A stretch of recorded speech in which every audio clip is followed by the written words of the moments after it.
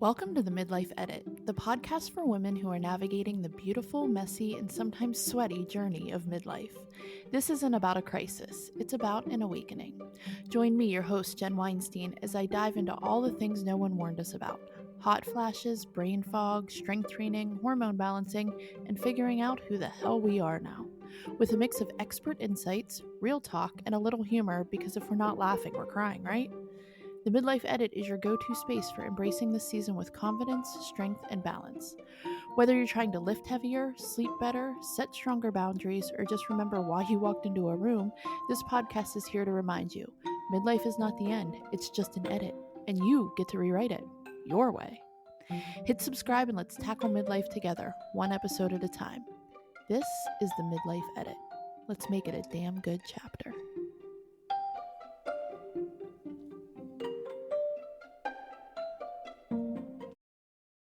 Hi, friends, and welcome back to the Midlife Edit. I'm your host, Jen Weinstein, and today is part one of a 5-part series that I'm doing called Midlife Nutrition Made Simple. You know, I've talked a lot on this podcast about strength training, and I'm going to continue to talk about strength training in probably every episode until I'm blue in the face, I die, or the podcast stops. But we've also talked about mental health and mindset. And last week, Ashley talked to us about hormones and supplements, but I really didn't do a deep dive yet into nutrition. So I figured now's a better time than any to really get into the thick of it when it comes to nutrition. So make sure that you like and subscribe to this podcast so that you don't miss anything over the next 5 episodes and talking all about nutrition and why it's so important in midlife. Today's episode is Midlife Metabolism 101, why your nutrition needs a makeover. And before I dive into this episode, I just want to say I'm not a doctor, nor am I a registered dietitian. I do, however, have a certificate in nutrition coaching, and I have taken some classes, and I have my own journey that I can talk about. However, if you're having any issues with nutrition or otherwise, make sure you go and get it checked out by your doctor. So, without further ado, let's dive a little bit into my nutrition journey. You know, my nutrition journey is just so up and down, probably all my life. I never was like a heavy child or anything, but I just didn't have good eating habits. It was junk and pizza, and I never really knew how to eat right. I didn't eat a lot of vegetables growing up or prioritize protein because honestly, back when I was worried about my quote unquote weight, probably in junior high and high school, everything was so about 100-calorie packs and low fat, and it didn't fuel the bodies the way that we needed them to, right? I've said that before, 80s and 90s diet culture was just scary and not cool. But the older I got, I started to try here and there a little bit, but, when I got into my 30s, especially late 30s, and had to get my hysterectomy and all of that stuff, I gained weight and I got very unhealthy. And I was also, I think, a little bit of a binge eater because I would try so hard in my head to eat right and follow a diet and make sure that things were going well. But when I didn't feel like doing it or I gave up or I did something and I'm like, oh, screw it, just eat what you want, I would binge. So I just think that it's a weird thing for women. Nutrition in itself, and you talk about diets and diet cultures, and now with the social media, it's just really tough, right? But we just need to eat to feel good. We need to eat to fuel our bodies, and we need to really just be aware of what we're putting in our bodies. So I really want to talk about that and metabolism and things like that. So I was very heavy. But it was more about how I felt than the number on the scale. I couldn't walk upstairs without getting out of breath. And, I finally decided I went to the doctor. I was insulin resistant. I decided to take control of my health. So with some nutrition changes and going to the gym and some medicine changes, I was able to get back to what I feel my best in, my best body, my best weight, my best self. And just know what fuels my body. I'm very carb sensitive, and that doesn't mean that I don't eat all carbs, because I do eat carbs, but there are certain carbs that I'm very sensitive to, and alcohol I'm very sensitive to. Obviously, the older we get, I think we all kind of get that intolerance for alcohol, and it just makes us feel ugh for days on end. Um, and I've started to really learn what fuels my body and what are the good things that I can put into it. If I eat, 2 slices of pizza, I feel it for what feels like 2 days. It's so strange. But anyway, so we're going to talk a little bit about metabolism today. And we hear the word all the time, but do you know the definition? What is metabolism? Well, metabolism refers to all chemical processes your body performs to maintain life. So it's every breath you take, or every heartbeat, or every time you digest food, that's your metabolism working. Think of it like your body's energy engine, taking the food you eat and turning it into fuel to power your body. This energy is measured in calories, which is why people often talk about like burning calories as part of metabolism. So imagine your body is a car, and your metabolism is like the engine that converts the fuel or the food into energy to keep that car running. So even when your car's parked or when you're resting, your engine is still running. It still needs the energy, right? To keep the lights on, run the radio, power the air conditioning. Think about it when you're sitting in the school pickup line. Your car's parked, but it still needs that energy, right? That's just basically your metabolism work. So let's talk briefly about understanding your basal metabolic rate. So that's your BMR. And your basal metabolic rate is the number of calories your body needs to perform its most basic functions. Things like breathing or circulating blood and repairing your cells. And your BMR accounts for 60 to 75% of your total daily calorie burn. So even if you're just lounging on the couch, think of BMR as your body's idle energy use. It's what keeps that engine running when you're not moving, just like that car in the school pickup line, right? So how's it calculated? Well, factors like your weight, height, age, muscle mass, they all influence your BMR. But muscle mass is especially important because muscle burns more calories at rest than fat. This is why strength training is often called a metabolism booster.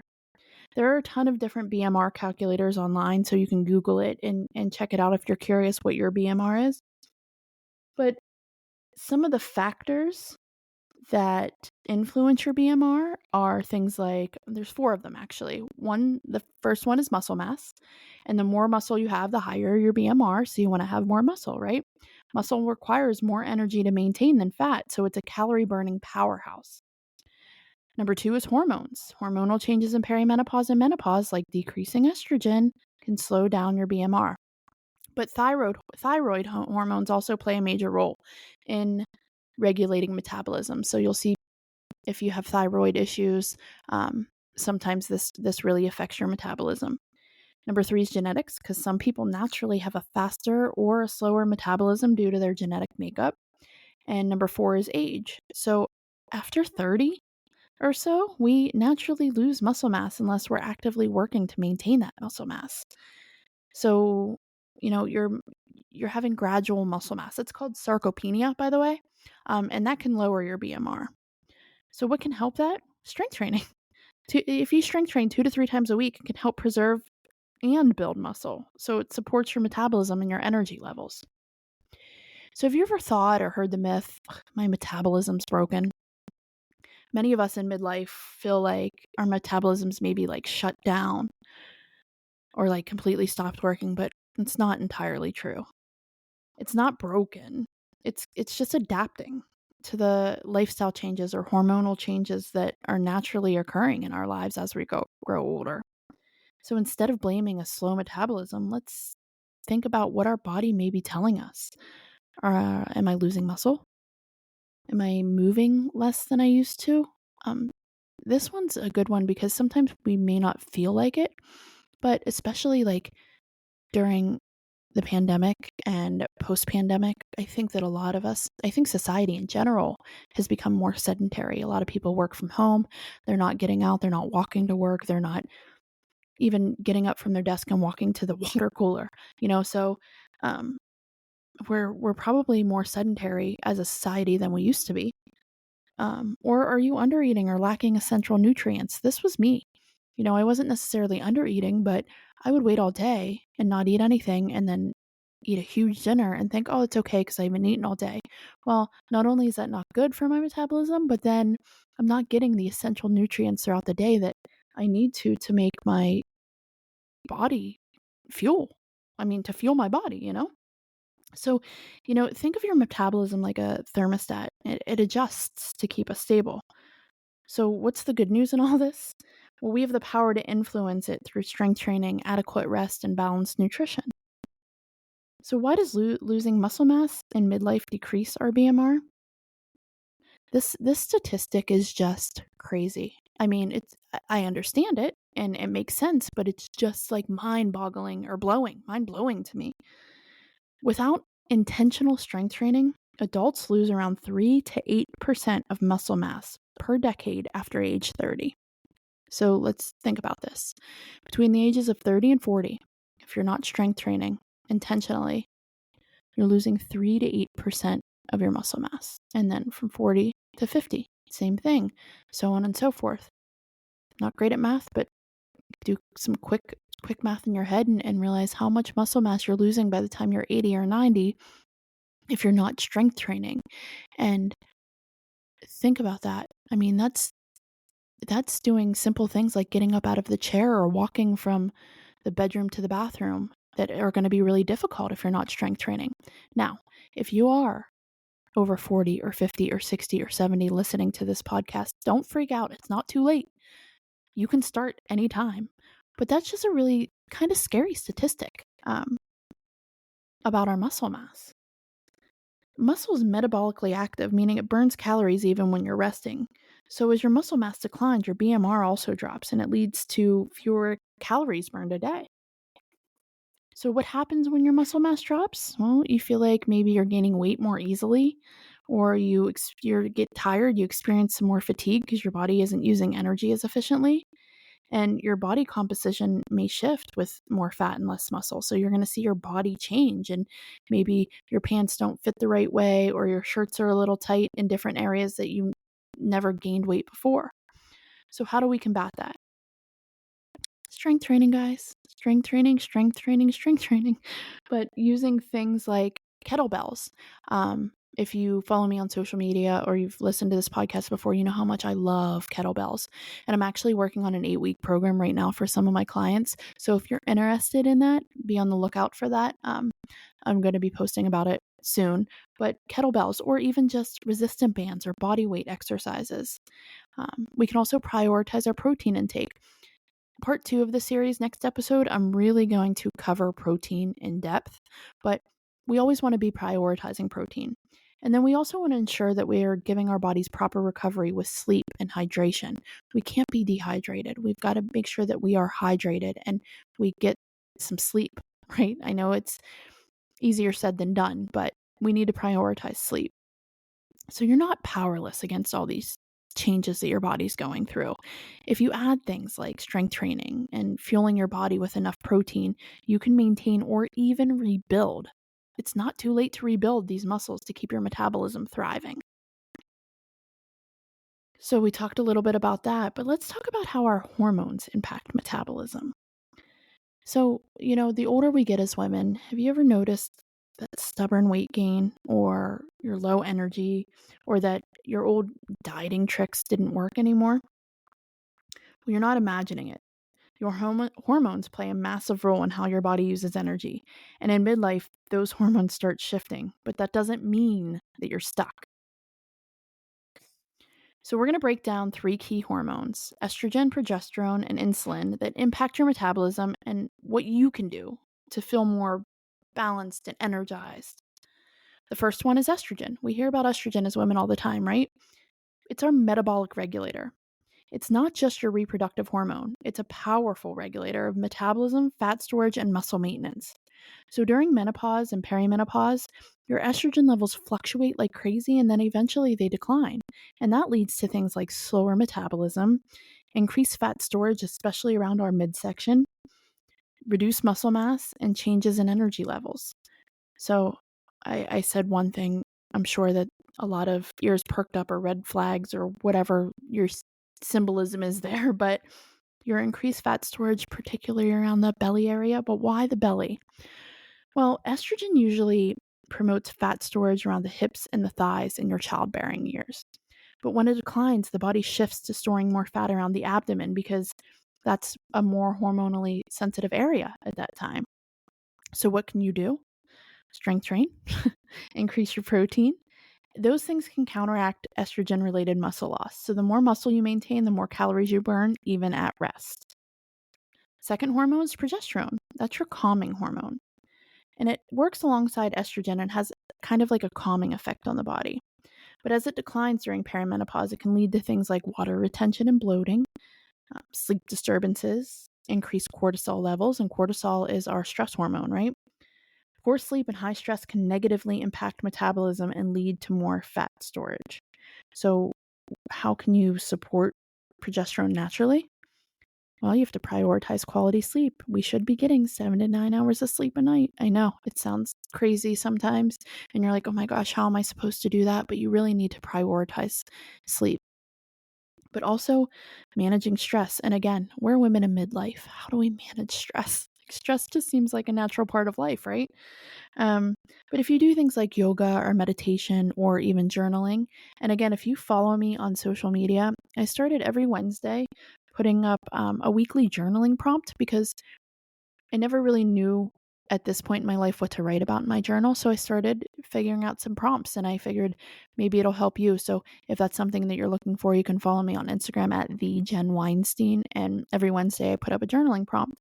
Um, but another thing is you want to make sure that you're having adequate magnesium intake. It can support relaxation and hormone balance. There's tons of magnesium supplements out there. Make sure you do your research and get the one that's good for you. But magnesium is key in this part of our lives. And then number 3 is insulin. That's your blood sugar balancer.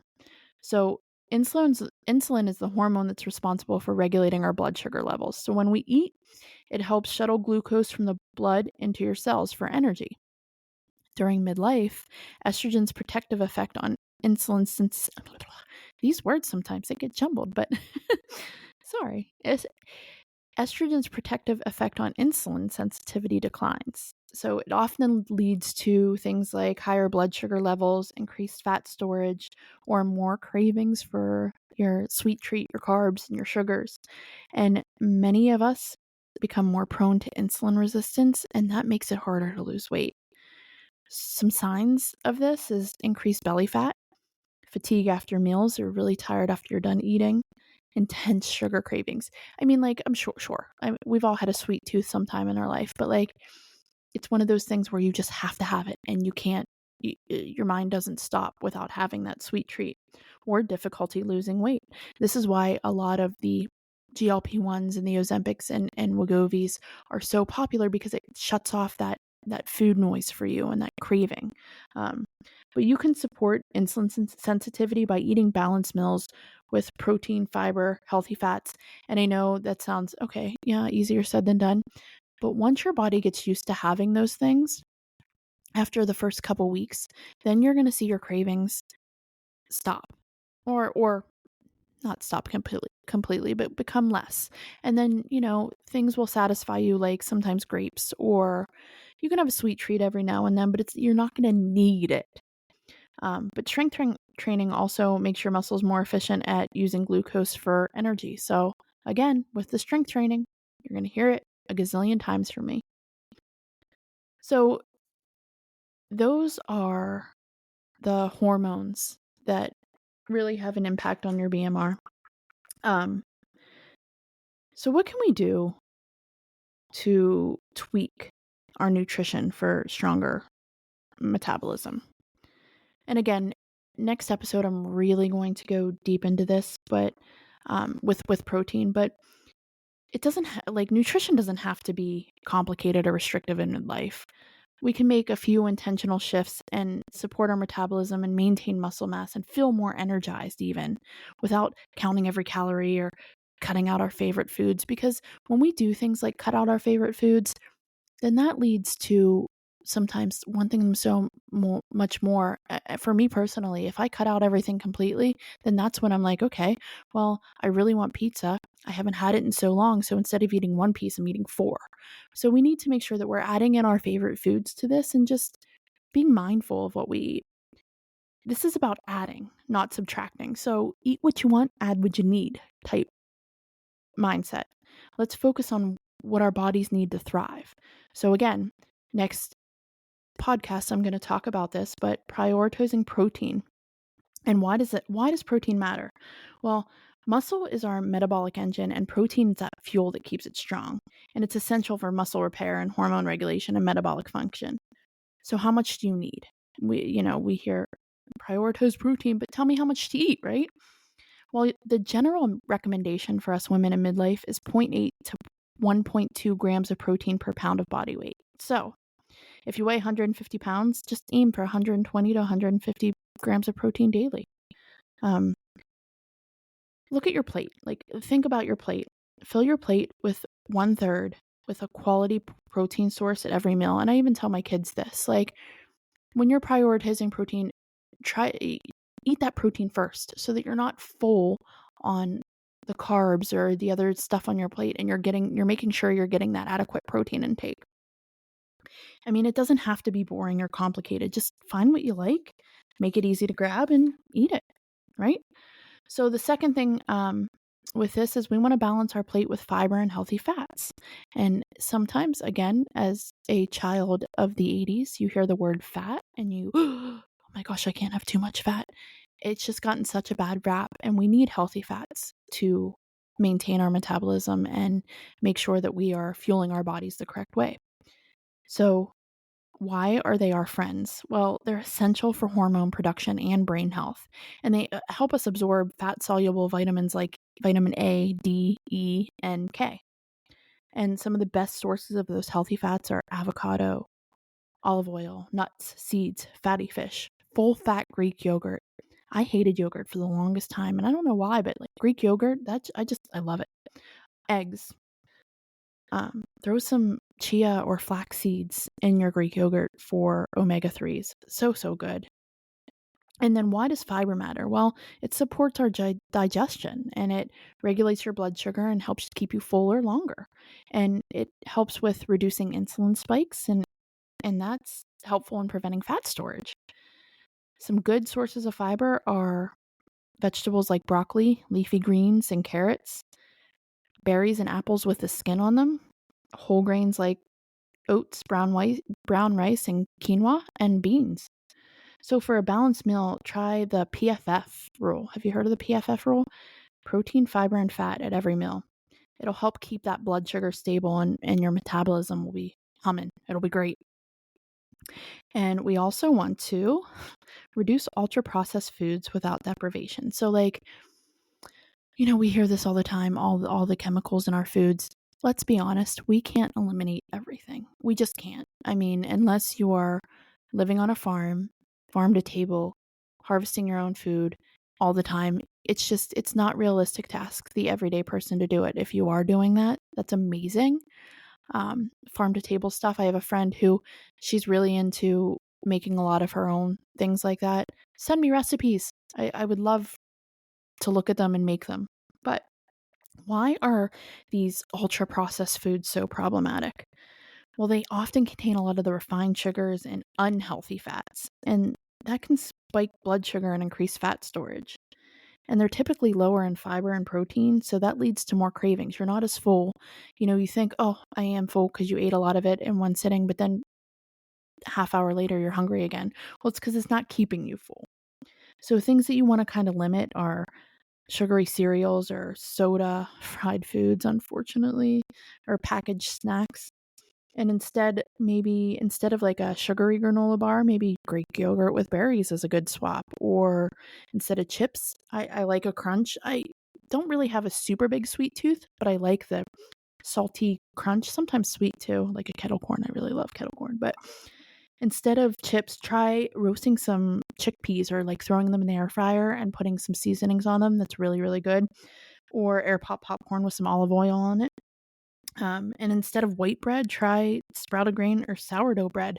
I'm also very interested and almost a little jealous of all of you out there that make your own sourdough bread. And if you have really cool sourdough starter names, let me know them because I think that they're so creative and fun. But And it's something I know that I could do. I like to watch other people do it. Sourdough bread is really a good one for us. But remember, it's not about perfection. You can have these treats in moderation. Just try focusing on making 80% of your meals nutrient dense and allow some room for flexibility. Don't beat yourself up if you ate something that you don't feel like you should have. Another one is hydration. So let's talk about hydration for a few minutes. Why is it so critical? Well, it supports digestion, nutrient absorption, and metabolism. And sometimes dehydration can mimic hunger. It can make you think that like you're hungry, but really you're just thirsty. You're just dehydrated. And that can lead to unnecessary snacking. And proper hydration also supports hormone balance and energy levels. So again, you're telling me about all this? Well, Jen, how much water do I need? The general recommendation is half our body weight in ounces per day. So if you weigh 150 pounds, aim for 75 ounces of water a day. Get yourself a nice, cool, fun cup if you want. I have a cup. I'm not a big Stanley fan. I'm sorry for those of you that are. It's never been, and I can't fathom spending that much money on a water bottle that leaks, but that's besides the point. I actually have one, I think, from Walmart that I love so much. I've had it for a year or two. Simply Modern is Walmart or Target or one of those things. But I have to have a straw. And I know that sounds silly, but I have to have a straw to drink the water. And I'm able to fill it up on the fridge at the office or at home every day. And it's just easy. Another thing you can do, or you should do, is start your day with a glass of water, like a full glass of cold water before you have your coffee. This is really good and leads to good hydration practices. If you're one of those people where you're like, ugh, I hate water, that used to be me too, add lemon or cucumber for flavor, or even some hydration packets. A lot of people don't like them because they're super salty, but I love the Element ones, the LMNT. I don't know how you say it. I love the raspberry salt ones of those, but my husband likes the Gatorade raspberry packets, and they're no sugar, and it helps you drink and stay hydrated. And then track your intake, maybe using a water bottle with those markers on there. It says drink this much by 8, and the time stamps on them. I think they're funny. But your metabolism loves hydration, so keep your water bottle nearby and sip it throughout the day, because small changes like that really, really add up. And then the last thing that we're going to talk about on this is meal timing and blood sugar balance. So why does when you eat matter? Regular balanced meals help maintain stable blood sugar levels. So large gaps in between meals, like what I told you, like I used to wait all day and just eat one meal for dinner. That can lead to blood sugar crashes and cravings. So eat, I don't know, 3 meals a day and aim, make sure you're getting your protein in the morning and some fiber to keep you full. And then you have your lunch and dinner. And then if you want a snack, just include protein and fiber with every snack. What is a benefit of balanced blood sugar? Well, you have more stable energy levels and you reduce cravings and irritability. You're not hangry. I get hangry. You can ask my husband. He's like, oh no. But if you're eating regularly, hopefully you won't get hangry, right? And it can improve your hormone regulations. So if you're one of those people where you're like, oh, I'm never hungry for breakfast, I can't eat breakfast. Let's try to get out of that mindset a little bit. If you're not hungry when you wake up, try something like some kind of protein-rich breakfast, like eggs or Greek yogurt, because it helps kickstart your metabolism and sets up your day for balanced energy. So again, let's just focus on prioritizing protein, adding fiber and healthy fats, reducing those ultra-processed foods, hydrating consistently, and just being mindful about what we're putting in our bodies. I am a big meal prepper.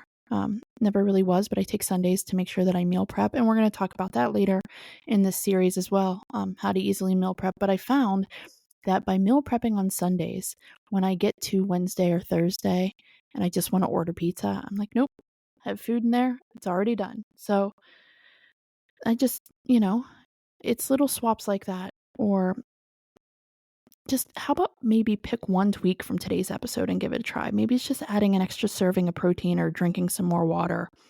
But making a simple swap for a healthier snack, you're going to see the changes almost right away. once you get in that habit. So, that was Metabolism 101 today. So stoked for this. Hopefully I'll have some surprise guests on in the next few episodes. But next time we're really going to do that deep dive into protein, and I'm going to have a midlife protein guide for you next time for free, no charge, just to kind of go through what you really need. And you won't want to miss this protein one because I mean, look, we hear about protein all the time, right? So let's really dive into it next week. I'm really excited for this series. I'm really grateful for everyone who has listened so far and reached out to me and all the positive thoughts that you guys are doing. Please, if you find this interesting, all I ask is you share it with somebody that you love. And subscribe to my podcast. Follow me on Instagram for updates. And ladies, this is the Midlife Edit. Let's make it a damn good chapter. We'll see you next week.